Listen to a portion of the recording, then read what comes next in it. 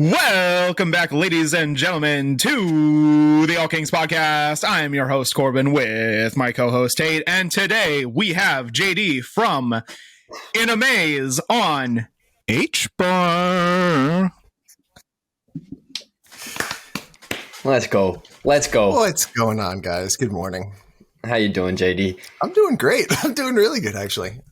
How about you guys? You guys okay? Yeah, we're doing great. Doing great, man. With your aggressively white teeth.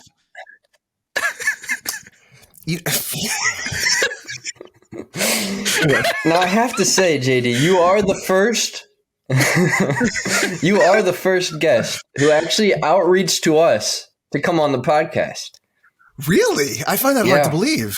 I know. We typically do a lot of the outreach, and you came out and reached out to us, thankfully. Wow. Yeah, so we're very honored to have you. I'm actually, I'm surprised, but I'm not surprised. I've been watching the podcasts on YouTube for a while. The one you guys did with Hangry and Solomon Mason. I was just listening to that one again. There's a lot of good information on there. What you guys are doing is really, really good for the community. And to hear that I reached out to you guys. I mean, that's it's kind of awesome. So, hey, I guess, hey, Ma, I made it. We have projects reaching out to us now because they want to come on and hang out with us. So also congratulations on 1,000 followers on Twitter. We just reached that threshold as well. It's a big mark in the right direction. It is. It's one of those things that when you first start doing this, you don't really have like a plan or a goal in mind. Yeah. You're just doing it to do it because you want to have fun doing this and organically grow if you can. Yeah. And as I was getting closer to that number, I was like, man, this is actually, it's a big milestone. So I kind of want to do something for it and about it. So I just made a little bit of noise about reaching that 1,000 number. And we did last Sunday. We reached 1,000. Yep. And you're doing that giveaway as well, right? Big giveaway. I've been working the last week on, so Twitter is not easy for your data, like getting your raw data. I thought maybe if I reached out, because you can get a package of all your data, your followers, the people who follow you, everything and anything that Twitter has about you, you can request that information. So I said, I'm going to do that because it's probably going to come in, as an Excel spreadsheet. It'd be really easy to just grab the names off of there and be done with it. Like a social blast. What I found. Yeah. But what it actually is actually it's the ID number for the profile. So everybody has an ID number, right? Because you could change your name, a million times, but that ID number of the account that you actually created can never change. So it literally is just a data dump of like numbers. And you're like, oh Jesus, like what am I going to do with this? So I had to there's 2 sites that I found where you could take an ID and you plop it into this database and you hit convert and it'll convert it to the actual in a maze NFT, whatever the usable name that we know of. Sure. So I started doing that, and I had to do that because I'm doing the giveaway, right? I'm giving away a ton of stuff, and I'm going to put it in a picker, and we're going to do a random picker for the names. So I had to manually copy and paste and each number into this website, generate it, copy that name, put it into a spreadsheet for all 1,000 names. It took me days to do it. And the other problem with it, I found, is that the API for Twitter only allows a certain number per hour. So if you are like, I was just like I was going through like crazy. Like I got a rhythm going and I was moving quickly. And then all of a sudden I must have hit the threshold for their API call and I had to wait. So then I jump over to the other website and I would do it a couple of times and then theirs would shut down. And I was like, oh geez, this is going to take forever. But I finally got it done. I finished it. We have them all. That's incredible. That's awesome. The fact that it took so long just to do something that simple is keep that in mind. If you're going to do a giveaway, I don't suggest you copy down all 1,000 or whatever number it is that you have. It's following. See, for the giveaways that we do, so we do it through a Twitter picker website. We obviously link the Twitter or the tweet to the website, and it's basically just based off of if they follow us, if they like and retweet the post, and then if they're following whoever else we're collabing with the giveaway. Yeah. And then it will generate all the people who entered into that giveaway, and then we'll obviously randomly pick one person. Yeah. But I've never came in to something like how can't find a good word for how yours, the way you're doing it is so like, I've different. Never heard of that. Yeah, it's very different. It's literally the first 1,000 people that has followed my account. Everybody is in the running for a prize. And I did mention this. I did it at like an off time because, I kind of follow the trends for my account specifically on when's a good time to post and, what days of the week are a good time to post. So I know times and days that is not going to get that much engagement. So I like throwing little teasers or, little puzzles for people into my tweets sometimes. And I'll do it in off hours where I know really no one's going to see it. So what I did was I actually tweeted I'm going to openly say it now because I'm going to have the giveaway this week, but all 1,000 people, every single 1,000 people, the first 1,000 people that have followed me is going to get something.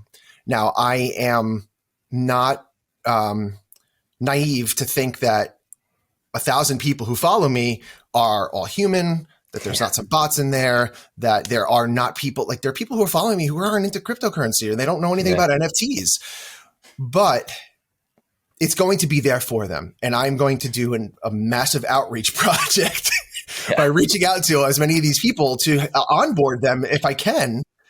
Because every one of all is a thank you to everybody who has followed me. Every single person is going to be getting something.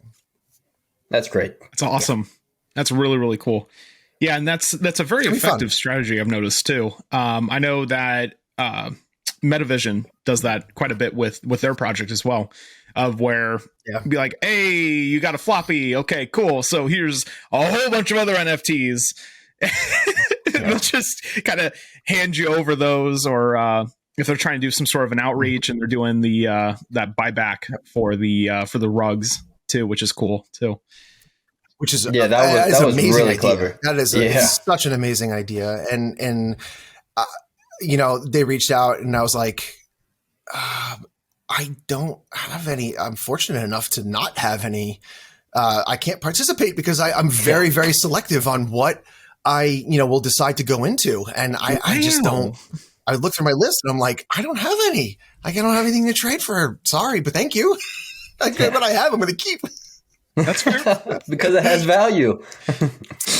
Or to me, whether it has value or not, value is subjective, right? So to of me, course, it's the very things subjective. the things that I have, I value very much. Yeah.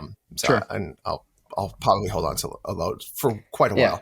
What I'm doing is a little different though. Actually, I'm doing the actual giveaway, right? I have about 25 things. I'm just going to say things because I'm not going to give too much away. One of we know is the $50 promo credit for Unstoppable Domains for you to grab your own domain names. But there's 24 other things that I'm giving away. What everybody is going to get is very much an Inamaze gift. Put it that way. Nice. Yeah. It's going to be an amazing gift. Or will it be a maze to find?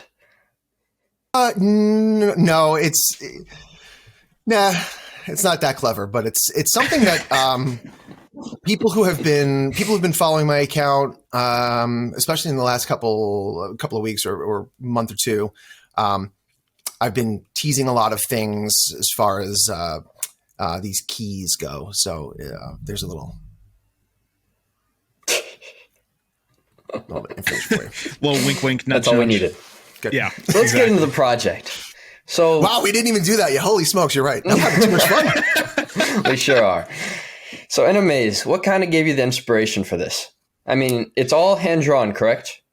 It is. The interesting thing about this project that I can't really say applies to most people is the legacy behind this project. I've been doing this for over 30 years. That's amazing. Thank you. It's something that I started doing when I was a kid in, I don't even know, second or third grade. I had a black and white composition notebook. The front of it looks kind of like a maze. Never was obviously solvable because it's not a maze, but I would start filling in some of the white parts of the book to make designs and start, doodling on the outside and trying to create my own maze. And I was like, this isn't working. So I started creating mazes on the inside of my composition notebooks.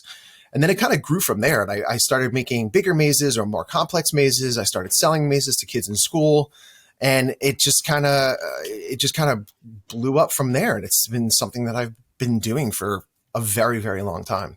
And then the idea of making it an NFT really it happened by accident. Yeah. Last year.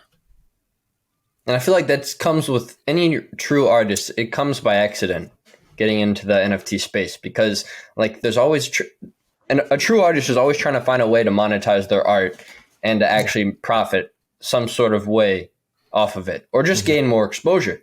Right. Sure. And with the NFT space evolving, especially in these altcoins like HBAR, XRP, and some other following, there's just so much room and growth to be made in this space.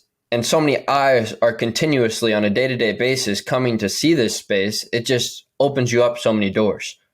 It does. And it's something that people have been telling me to do for a very long time. Outside of, what I do day to day is very much like CryptoPanda, who you guys had on. I am by trade, I'm a motion graphic designer, creative director, and brand strategist. So a lot of the stuff that I've been doing for the last 15 plus years has been graphic design and motion graphics. Nice. And, a lot of my friends are like, oh, you got to get into NFTs. You got to start doing NFTs of your stuff. And I have this one friend of mine, Woody, who was really like, he was pushing me for a long time. You got to do NFTs. He's been sending me for years, been sending me stuff. Look at this, look at this.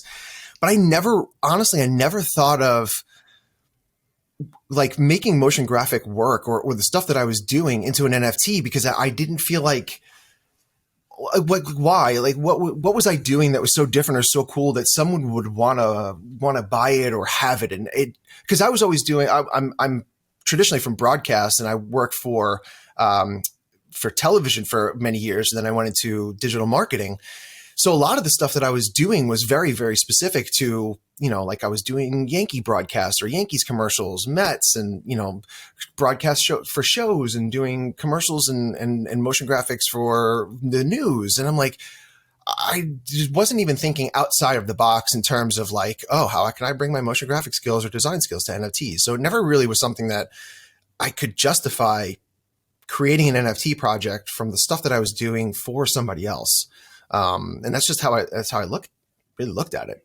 And It wasn't until last September or October when I was cleaning out I was going through some old drawings. I had boxes that my parents had given me from stuff that I had at their house. And inside that box was a letter that I had kept from Highlight magazine, which is a children's magazine back when I was a kid. And one of my teachers had found one of my drawings and made a photocopy of it and sent it to the magazine.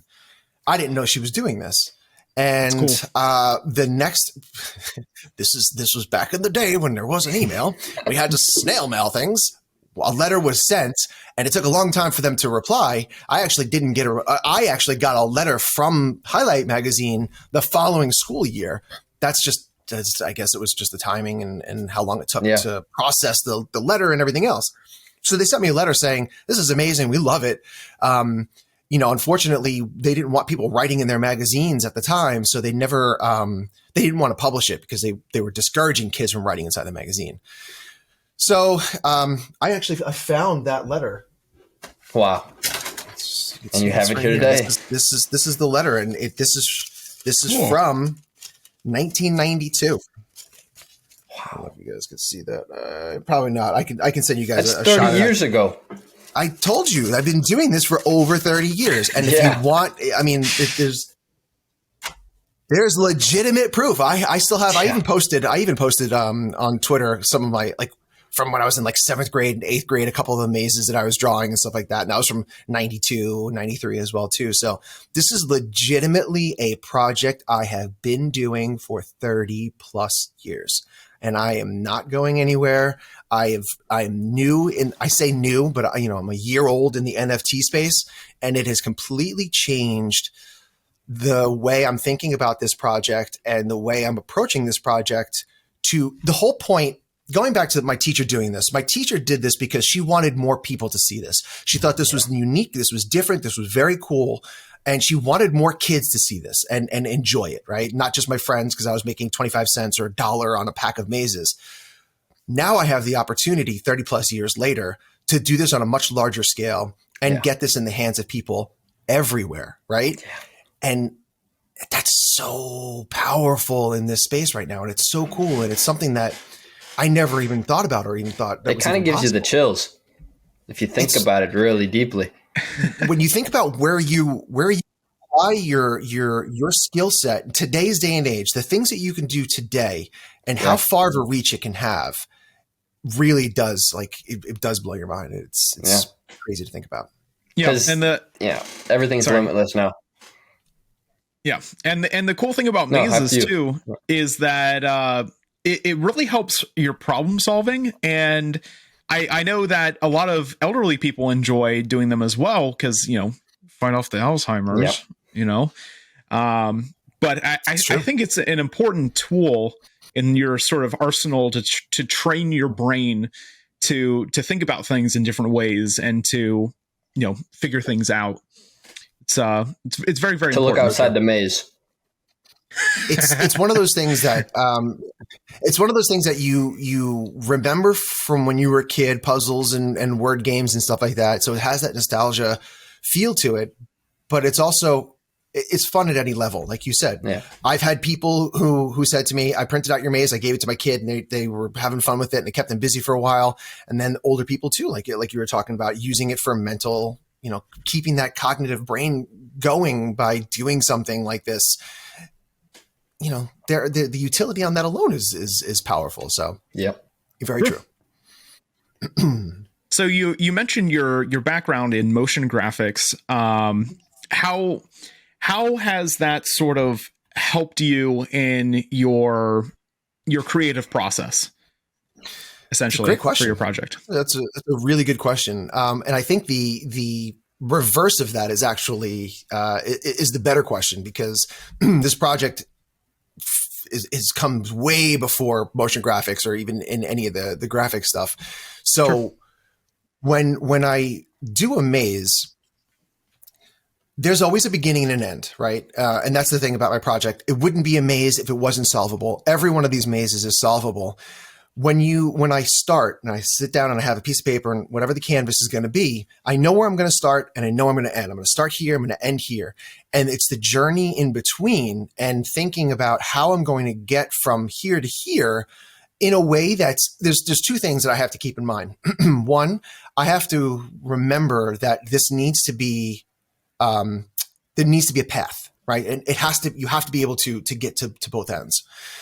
So you always have to remember that as you're drawing the maze. And the second thing is, what I'm thinking when I'm doing this is I need to make the maze either solvable quickly or hard. And depending on the maze, the kind of maze it is, you have to think about how complex the maze is going to be and how quickly you want somebody to solve it. And it's that mindset of beginning, end, and the story in between that you can take with you in anything else that you do in life, whether it's motion graphics, graphic design, building out a logo for somebody, or anything in between. So I think by doing something like this for a motion graphic designer, or an editor or anybody that does something with time, right, beginning and an end, doing something like this helps me tell a story. And in motion graphics, it's not just a still image that you see, a single frame of something. Motion graphics, video editing, what you guys do with the podcast, it's telling of a story, and it's how you get there. That journey in between the beginning and the end is really where that creative juices flow. And anything that you could do outside of that to help that journey is just going to better whatever the end product is for you. So by doing something like this will help my motion graphic project or whatever it is that I'm going to build tell that story. The way you described creating a maze kind of just really reminded me of the story of life. Because, like, there's a start and a finish. Although you don't know where the start is and necessarily the finish is, you have to go through the maze of life to figure it all out. That is an incredible. You guys, I mean, I'm probably double your age on both of you. I've noticed from the interviews that you guys have done in the past and the way you guys carry yourself out, you guys are very well educated, well learned, and you guys really think deeply and philosophically about a lot of these things. So for you to even, and that's really why I wanted to come on your show and talk with you guys, because I feel like the conversation, especially the conversation we have, is going to be far different than any conversation I've had in the past or with anybody else, because I think you guys ask really good questions and you are deep philosophical guys. And I really liked that. And that's why I wanted to come in here. So for you to even compare the two like that is I love it. And I'm really excited to be on the show with you guys. So you're at the right place for having a good outlook on things like that. Of course. Yeah. And I mean, in reality just comes down to perspective of life and perspective of everything. True. It's true. Yeah. And you also never know where like your life experiences are going to inform your later, what you do later on. So for instance, like I used to do the soundboard for my church, and that has helped me with the podcast to help do the EQ and all the audio stuff with that. So you never know where your previous experiences are going to inform your later decisions, projects, whatever you decide to do later on in your life. The building blocks of what you do in life is what helps guide the rest of your journey, or at least give you experience and knowledge on making a right decision for you as to what you want to do next, right? So I'm sure when you did that, you weren't thinking, oh, in the future, I might do some podcasts, or I might, do sound engineering for whatever. You don't think about those things.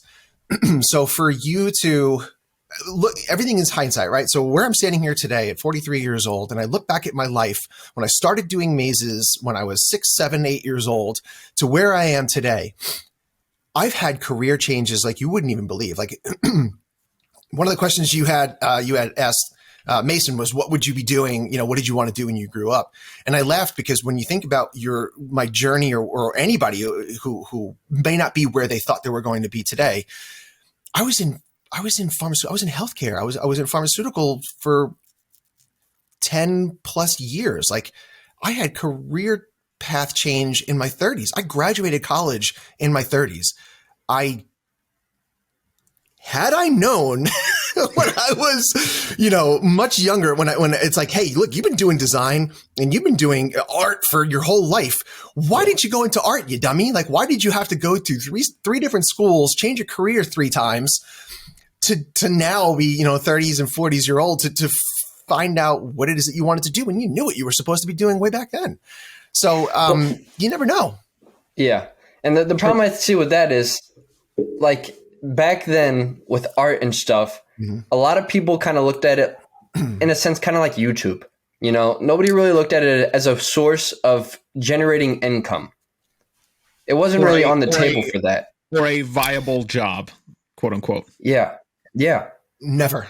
That's why people can look and like really just bring you down on the whole entire outlook of that as a career path. Because I can tell you right now, like, I love doing this so much more than anything else. Like coming on this podcast, talking to creators, talking to projects, and just all of that. And I've had the envision of like looking at career paths and stuff. Like if this didn't work out, I'd either be going to the military or I'd be trying to become a firefighter. And those are still on the table if all doesn't work out. But I really dive deep into this and give it everything that I have because I want this to be everything. It's always good to have a backup plan. And I know it has of course. And I know this has high possibilities and high potential of working out. I 100% agree with that. Now, we can say that in 2022, we can say that. Yeah. 10 years ago, your parents would be like, what the hell are you doing? Like, get a job. They think you're they think you're a loser. The things that we can get away with or say that we're going to get into today was unimaginable.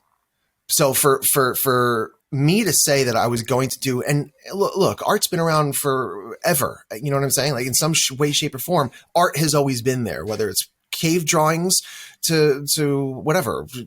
Actually, even writing in a book, people who were hand making stories and stuff like that. So not to say that in the 90s when I was doing this, art was a bad career choice. It's just that I didn't think of art as a career. I didn't think of it. Art to me was a passion.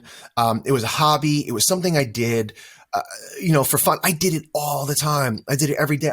I'm not even kidding you. I have books and books and books. I just went through a whole box last weekend, and I just found so much drawings through the years. I just did so much of it, but never once did I say, this is what I'm going to do for a job. No. What I was doing was, this is what I'm doing for fun, and this is what I'm doing because I like doing it. I need to focus on what my job is going to be, where I'm going to make money in life. And it wasn't art. It's just a shift of perspective. Yeah. And just looking at art as a way of monetization now rather than just fun. So that's an interesting thing you say, because for the first time in my life as an artist, having an NFT project, it was the first time that I sold something of mine that someone bought because it was mine. And let me explain what I mean by that. Animes is a passion project. It is something I created from hand. It is mine. It is my brainchild. What I've done my entire life in my design career has always been, even though it is from my mind and I've created it, it's been for someone else. Okay. A client comes to me and says, I need a logo. I need a video. I have a movie, whatever the case may be.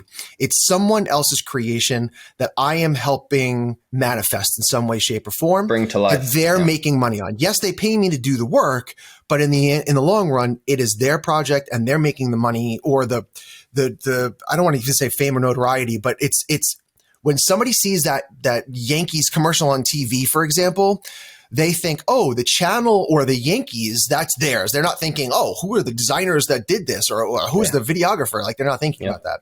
So anything I've ever done in life has been for somebody else, even though it was my creation or I thought of it. This was the first time ever in my life I created something. And this even goes back to the 90s when I was selling it to my friends. They bought it because they supported me, because they liked the art, or because they genuinely were curious about what this was. And I told my wife when I did this project, when I launched it as an NFT, if I sold one, I would be so happy. I'm doing this because I want to, and this all goes back to like the first 1,000 followers that I've had. If you follow my timelines, I don't do many giveaways. I don't like the whole, me personally, I don't like the whole share, like, and retweet, tag 5 friends, because the people that I want on my account are the people that I want to support me, to support my project, and get into this project with me, as opposed to just having, thousands of followers that no one cares about what you're doing. No one's ever going to buy anything from you or support you. I don't really want to have that kind of support, because that's not really support, right? So where was I going with this? Selling my very first NFT to me was the biggest that this is all stuff that I've accumulated over the years for doing work for other people. Selling an NFT was the first time I did something for myself and was rewarded for it by just that feeling of, oh my God, somebody bought my art. And that was a feeling that I to this day, I will never, ever forget. True. And it's a feeling, it's a feeling that will stick with you forever, like you said. Yeah.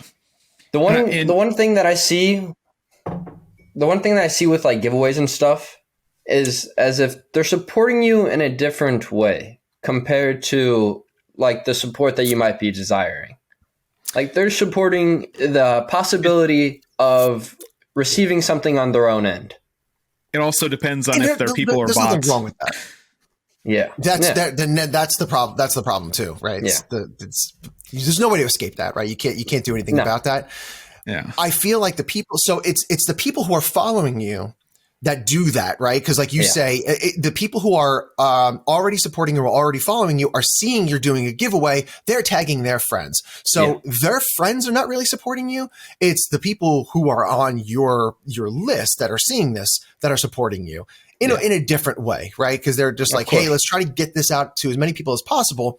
But at the end of the day, those 3 people, 5 people, 10 people that they tag could care less about what you're doing because, or some, I'm not saying everybody, because somebody might be like, oh my God, I haven't seen this project before. This is really cool. And it's not always the case, but out of everybody that you tag, if you wind up with one, that's cool. That'd be great. But me personally, I don't feel like for me and my project, what I'm doing is so niche that it's not for all of Twitter. Right. And I don't want that. Sure. And there's nothing wrong with that. Nothing at all. No. Yeah. If you found your niche, I feel like a lot of people need to sort of find that niche. There's a specific thing that everybody is good at. It's going to be obviously different for everybody, but I feel like everybody has a specific thing that they're good at, and finding that specific thing would be very, very, very helpful for those individuals. And especially too, in the NFT space with, I feel like artist validation is a big thing. Mental health has been on the decline for like ever now for men, women, regardless of the age, doesn't matter. And I feel like you said before, you're very obviously a very talented artist with being able to draw these very intricate mazes. And I feel like that source of that validation of, I made this thing. People know I made this thing. People want to support me. I don't know. I really know where I'm going with this. I just feel like it's very, very important these days for there to be an outlet like that. And especially for people to be able to share their artwork and for people to find it, and people can have a conversation about it and that kind of thing. It's very, I feel it's very, very important. It makes every project is different, right? Sure. We don't have to keep hammering that, but for my project specifically, I like the community that I've built around this project, especially for those that have supported and picked up mazes. Because there's a sense of like, hey, where are you in this maze? Like, I'm stuck here. I can't get past. And for the record, not a single person has solved one yet. And I know that there are people who are trying. Wow. I know what I'm doing today. So how can I explain this? It's hard to put in perspective the size of these things when you're looking at it online in a wallet, right? Because they're in the Hashpack wallet, it's like, man, it's like this little tiny thing here. But the Star Wars series, for example, they're giant. Actually, they're brutal.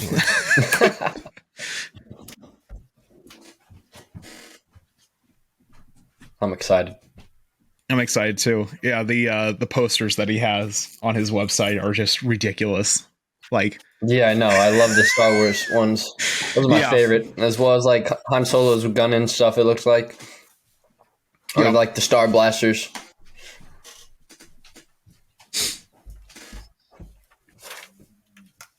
Physical copy. And we're back.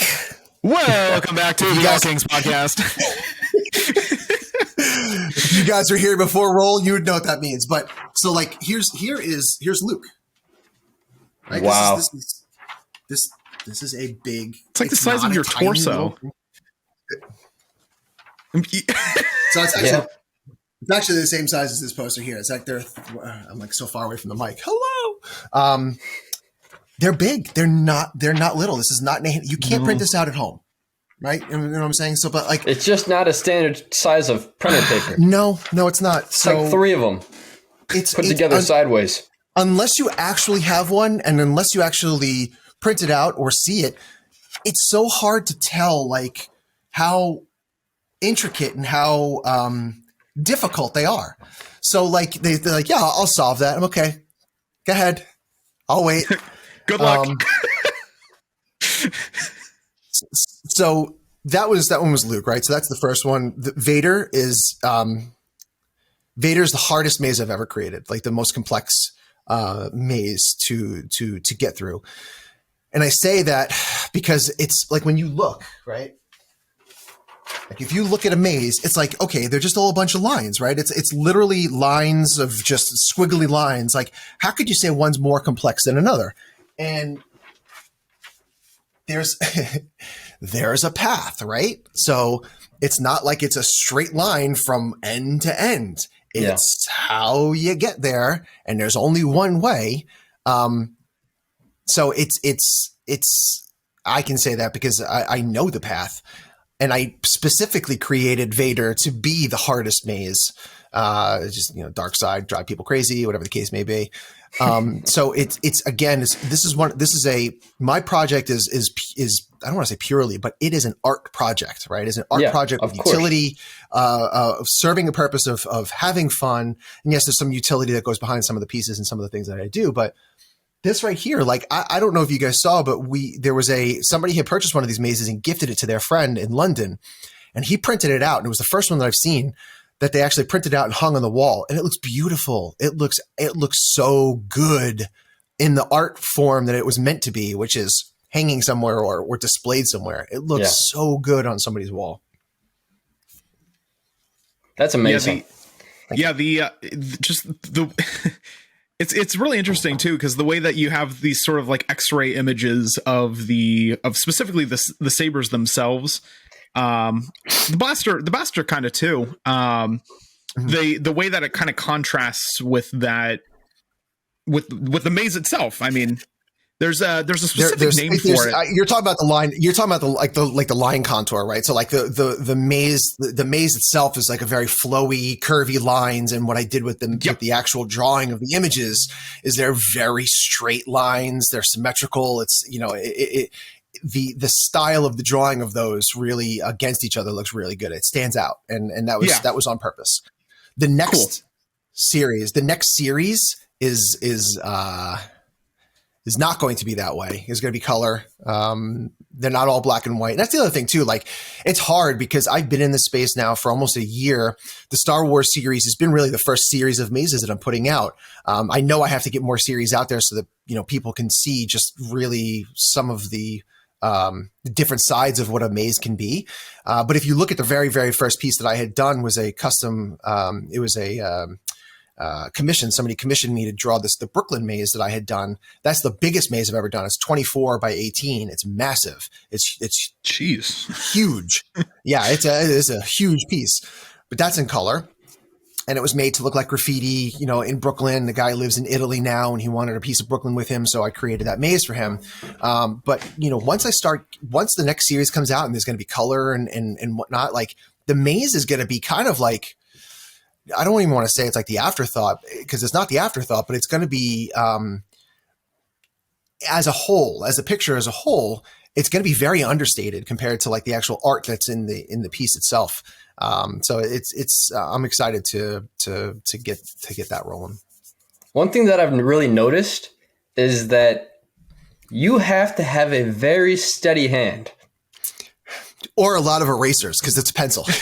Yeah. Oh, okay. Well, yeah, that helps. I didn't know if you're doing one take, just every single line as steady as possible. No, it's pencil. And the funny thing is, for somebody who was in a pen and pencil world for so long, and then, has been in computer now for longer, this is so stupid. And only people who are in the design industry or like people who use computers don't understand this, but I will, I swear to God, this happens more often than I care to admit. When I'm in the physical drawing stage of these things and I make a mistake, right? Or I like will run into a line or, like I'll butt up against another line where there's no path. In my head, I hit Control Z, which is the undo button for anybody who has a computer. Yeah. So like I'm like, shit, I made a mistake. And then Control Z, and I'm like, no. And I go and grab the pencil and eraser. Now I either keep it in my ear or I keep it in my mouth, like as I'm drawing. Because there's a lot of times where I do have to erase a line. But the first thing in my head is I Control Z. I undo it. And I was like, man, I wish it was that easy. Not in that stage anyway, because there's several stages. There's several stages to this, right? So this is I draw it first, right? So it's pencil and paper first. Then depending on the size of it, I'll either scan it or I'll take a high-res photo of it and I bring it to my computer and then I redraw the entire thing digitally. And the reason why I do that is because the final output, and the whole point that I want to do this project for, is the final output of the mazes. Each maze is an SVG file, which is a scalable vector graphic, which means that you can take that SVG file, go to a printer, and if you wanted to take a billboard out in Times Square and print that thing out, the lines will never lose quality. You can make it as big as you want, and it'll be the sharpest, crystal clear image you could possibly imagine. Wow. So that was the whole point. Amazing. That was the whole point of doing that. Yeah, it's the whole point of me doing that. Like I literally redraw this thing twice just so that you as the end user can do whatever you want with it. You can make it as small as you want, put it on your phone, put it on your Twitter page, or you can print it out as giant as you want it, and it'll never be pixelated. It'll never lose quality. So that's kind of why I have to do it twice.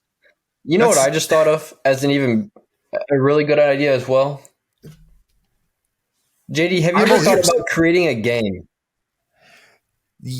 A game? No. So as in, all right, so let me explain just a little more. So like it's just a maze game, simply. You take all of your art that you've ever created and you just do level 1 through level whoever knows how many you want to create. And it's just it's basically every single maze on this game.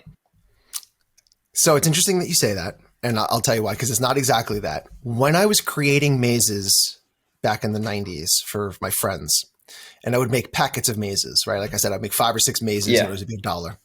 The level of the difficulty levels would increase as the mazes would go. So maze 1, for example, would just be something simple. And then by the time you get to maze 5 or 6, it was harder, right? So that, I guess you could say it was like gamified as far as like the levels go. Yeah. What I will tell you is this, and I'll drop a little pre-alpha on this one because it's not fully thought out yet.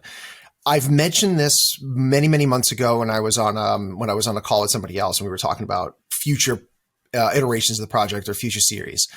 One of the things that I am going to do, and it's kind of like a game for the community.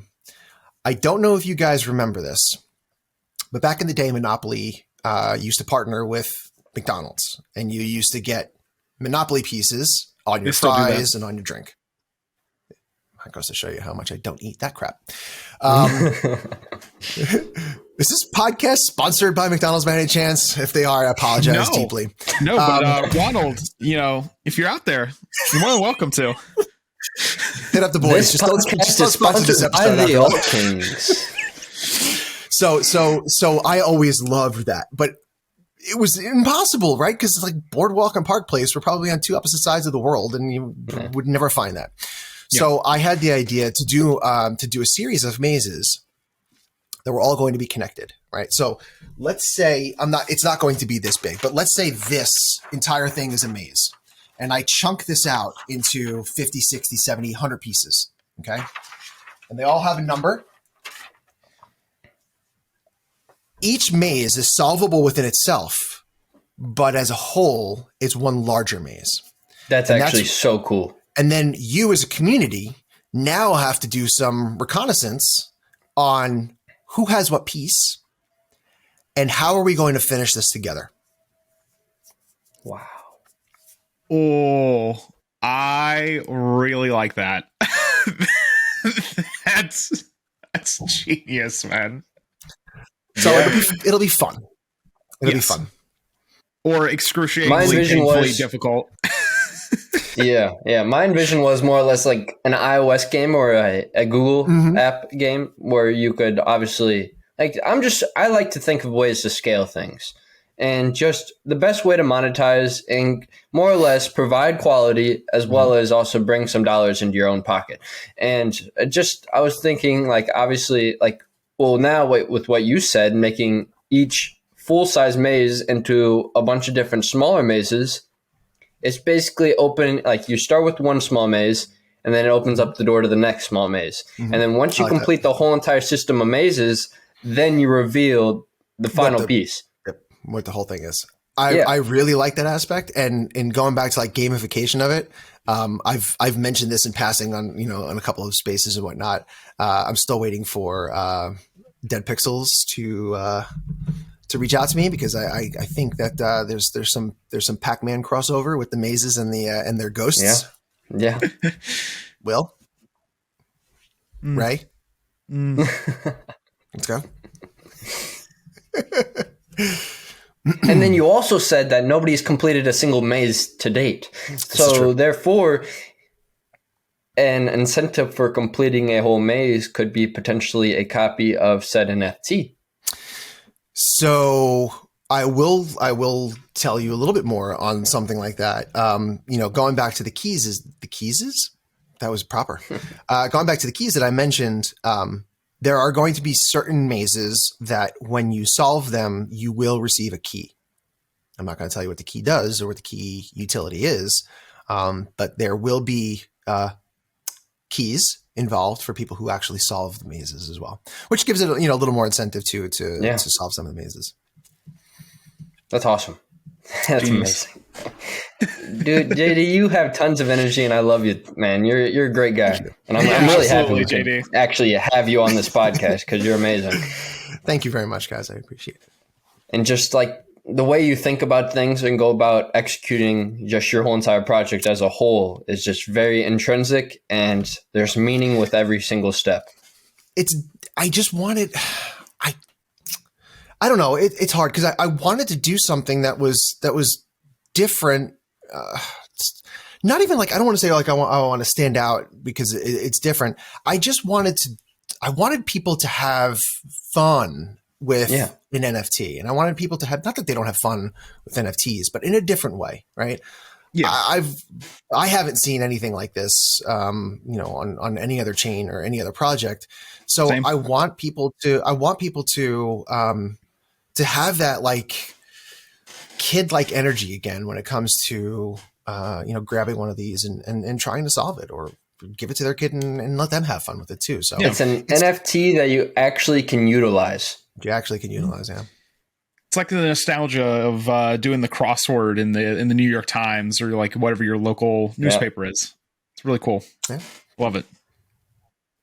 I appreciate it. Not to mention, like, the designs themselves are fantastic. Like, if you actually go and look at these lightsabers and stuff, like it's incredible. The amount of detail you put into this stuff is just ridiculous. And just like a line art, and it's hard to see. It's kind of hard to see that too from a smaller image perspective, like until you actually do see it. But like, I had the idea of doing like for this series, for doing like making it like a technical drawing, like what would this look like as a blueprint, or what would this look like if somebody was sketching these out?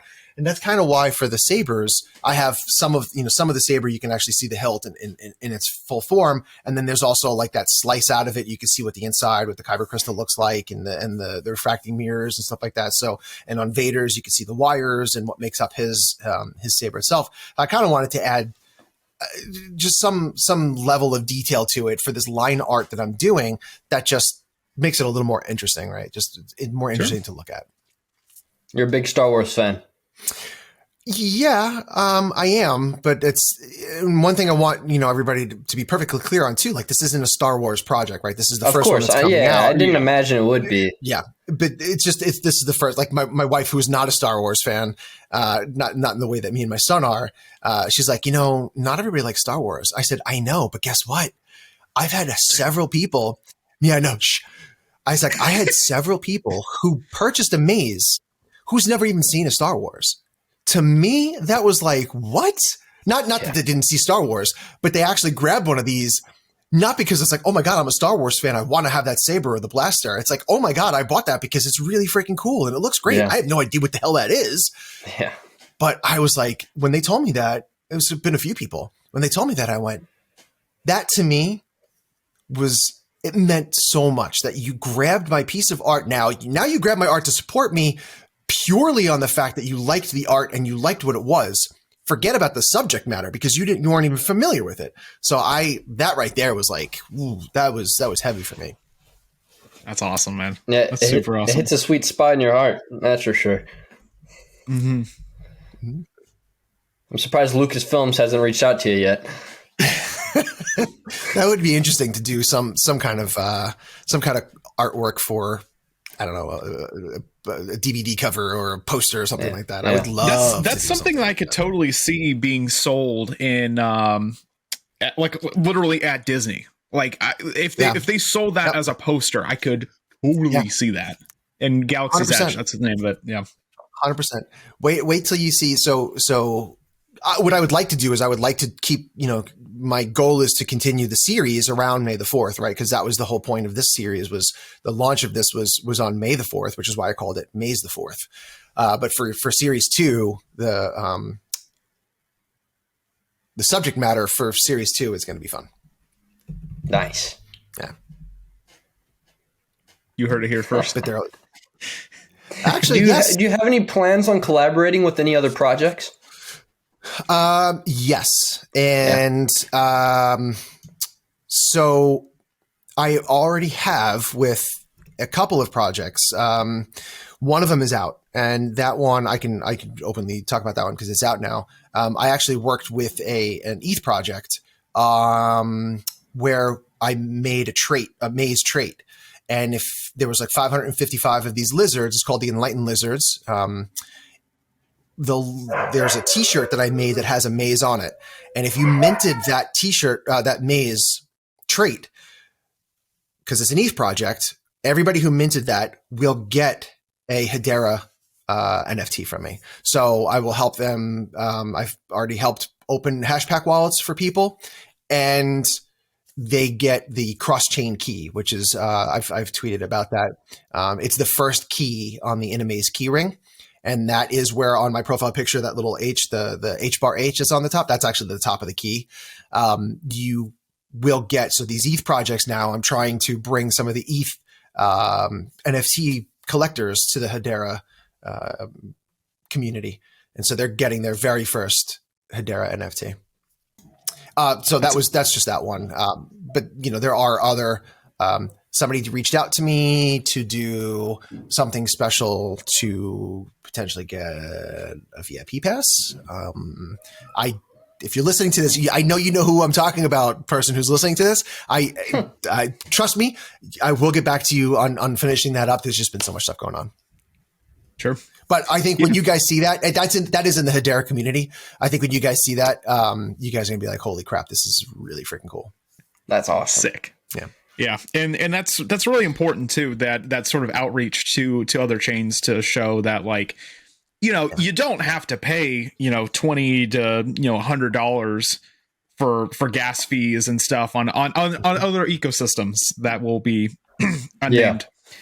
But that's why I'm doing it too, right? Because they're so engrossed in that, like, okay, I minted this and it cost me $15 in gas to do that. Yep. But I'm going to give you a Hedera NFT and see what your HBAR gets you for that, right? So, this past week, last week, I helped onboard an ETH project to Hedera. I helped them open up a Hashpack wallet. I sent them an HBAR. I told them hold on to it because they're going to need that to associate the token for what I'm going to give them. Sure. Which I almost slipped and said what I was going to be giving, which is they're one of the 1,000 followers, so that's what everybody's going to be getting. Cool. But they were just like, it happened so fast they didn't even know. Like they opened up the wallet and I said, okay, ready? I'm going to send you something. You ready? And he's like, yep. So I hit send on sending one HBAR, and he's like, okay, what am I looking for? And I said, did you have HBAR in there before? He's like, no. I said, do you have HBAR in there now? He's like, oh, yeah. Holy crap. So like, it'll click for some of these people, I hope. So we'll see what happens. Yeah. And it just takes time, really. It's really just a waiting game and allowing people to really wrap their heads around what the Hedera network has to offer and the power behind it. But you're not going to do that by telling people. Yeah, they have to experience it. It's like Inception. They have to get hands-on. My son and I just watched Inception again for like the billionth time this past week. Yes, and I feel like that movie. It's so good. I feel like everything happened. I'm like, yeah, this past week I onboarded. This past week I did this. But it really did. I must have had a really productive week last week. So we watched Inception last week, and it's kind of like that mindset, right? Like, you can't tell somebody. You could tell somebody something. I could tell you about the hash graph, and I could tell you all the great benefits. Why Hedera? Yeah. When you're an ETH project, or when you're Solana or Cardano or whatever the case may be, but unless you're solving a problem for somebody or showing them a use case, they'll absorb what you're telling them, but they may not process it in a way that's meaningful to them. It might not click. Yeah.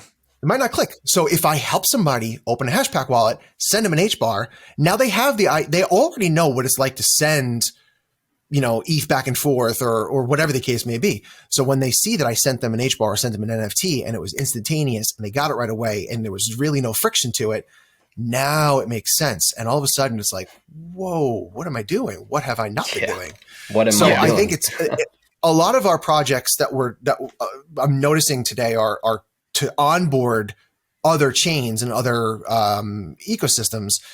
It's no longer telling people about it. It's showing them.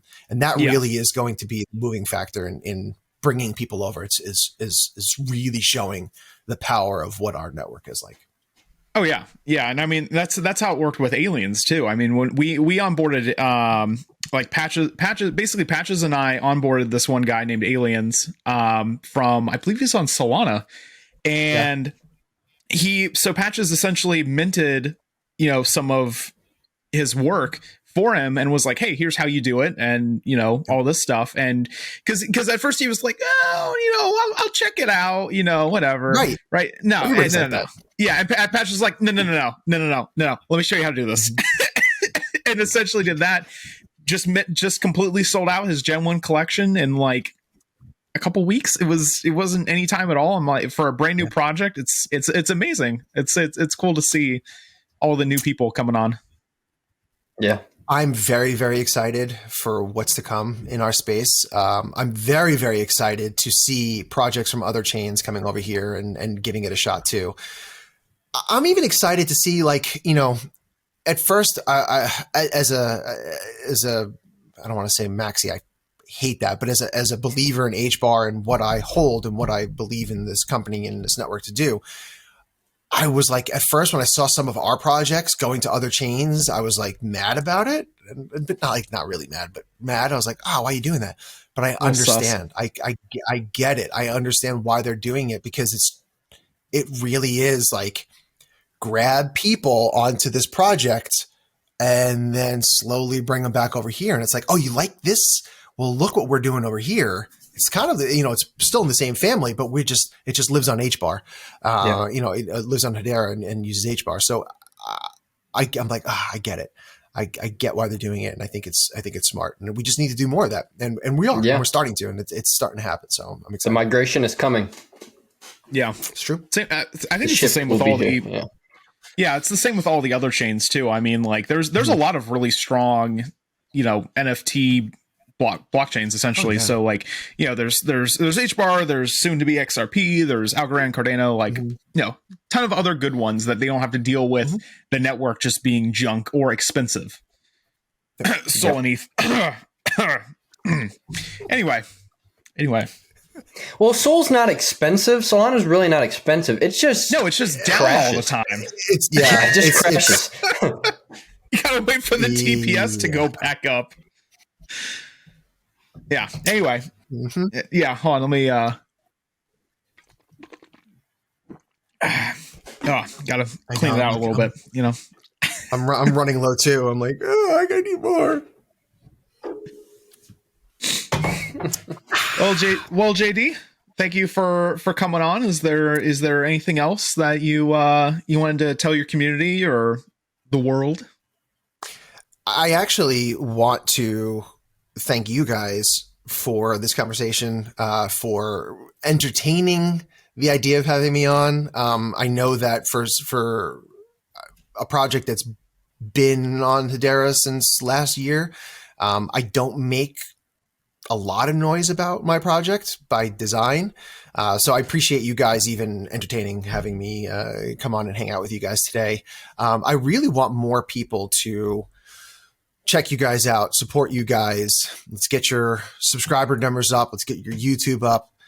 So I really want you to get the eyeballs that you guys deserve, because I think that any of the interviews that you've done in the past, they have been really well done. You've had really great guests. So I think that I really hope that you guys just continue to do that. And I really hope I can't wait to see more. I can't wait to see you get, Lehman on here, because, you guys keep it up and you guys are destined to have more than just us creators and projects that you guys will continue. We appreciate that a the lot. only way to do that is to have this entire community behind you and support you and get your views that you guys deserve and listen. So if I can do anything to help that, please let me know, because I've told Corbin since the beginning. I've always said consistency is key, and as long as we bring on the right people at the right times, 100%. There's no reason why we would fail. Yeah. And I think for such a, I know you guys have been doing this for a little bit now, but the roster of people that you've had on the show already is incredibly awesome to see. A lot of the projects and the people that you had. So you guys are doing something right. Keep it up. Let's keep that going. And I can't wait to see what else you guys come up with. So you get it. Big things on the way. You get another hangry heart. Heart with a hangry heart. Yeah, talking about hangry. Wait till you see our NFT project.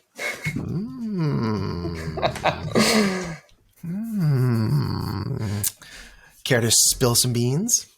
No, we'll wait till after the podcast. I can just imagine the people watching. They're like, "Alpha? Is Alpha? You guys got to stick around. See, now you say, I'm going to say, guys, stick around, because you're going to have some amazing alpha from the Alt Kings. Stay tuned. And then you put that in the beginning of this. Yes, stay till and the then end. People so watch all the way through. Yeah, exactly. Stay till the end so I can screw up the intro again. And we're back. Don't forget, ladies and gentlemen, if you did stay for this whole entire podcast, we do have merch. Not this. My mom bought me this, but merch is in. Fully embroidered clothing. We have hoodies, we have t-shirts, and we have hats. And if you feel like it, buy a sticker. There'll be much more clothing down the road. This is just our base layer. I just want to get a feel for the marketplace and just basically bringing our brand to the masses. Well, I will fully support that. I stand behind that 100%. Yeah. All the hangry hearts. Appreciate it. Man, I'm getting all the hangry hearts today. Jorge's like, what are you guys doing? This is ridiculous. Hangry is not about the love. Hangry is about presidency and taking over. He's about democracy. That's all he cares about. There's no hangry hearts, man. No, it's just all capitalism, 24/7. Oh my God. Well, JD, it's been a true pleasure. It really, I agree with that 100%. I think you guys are amazing. Thank you so much for having me. And of course, again, I can't wait. So I would love to, come hang out with you guys again in the future, when you guys are at 1 billion followers and we can look back on this episode and say, oh, hey, remember the good old days when we thought Animazed was on XRP? That was a lot of fun. Oh, God. With that being said, ladies and gentlemen, this has been the Alt Kings, and we will see you next episode. Take care, guys. Oh, God. All right. All right. 3, 2, 1. Welcome back, ladies and gentlemen, to the All Kings podcast. I am your host, Corbin, with my co-host, Tate. And today we have on a amazing guest on today. This is JD from NMAs on And the you one knew and you were only gonna work that in XRP. Yes, you're on a radio show. Little did you know. Wait, did he just say XRP? He just said that. He just said XRP. Am I a dummy? Am I a big dumb? Right after looking at the Twitter account and website. I am a big dumb. Wow. Okay. So Intro, take two. See, this is why we roll. Well, we did just have an XRP project on right before you, so it can kind of come from that. I'm just gonna hide. Hold on. No. We're just gonna hide. We're gonna hide behind the hat. We're just there you go. Chill here. Hangry eyes are coming for you, my friend. Bro, I'm dying. Okay. All right, so we're gonna do a second take of that intro. We're gonna do a second take of that. Oh no! And I literally just straight up saw your Twitter like a little bit ago, and it literally had an H in it, and I literally just said XRP like a complete big dummy. Totally. He's like, we're here with inamaze.hbar on XRP. Hey man, if you want to go cross chain, we can still use that intro, man. Just saying if you want to pivot right now. Really quickly, this whole conversation is going to be about me pivoting, leaving the HBAR space. We're going to XRP. We're going to do it right now on this call. Rebranding. Holy Jesus. Wow, that was amazing. I love it. First of its kind. So I'm just saying, I bet you Solomon wouldn't have made that mistake.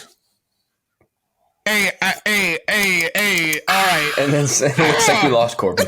And we're gone. And we lost him.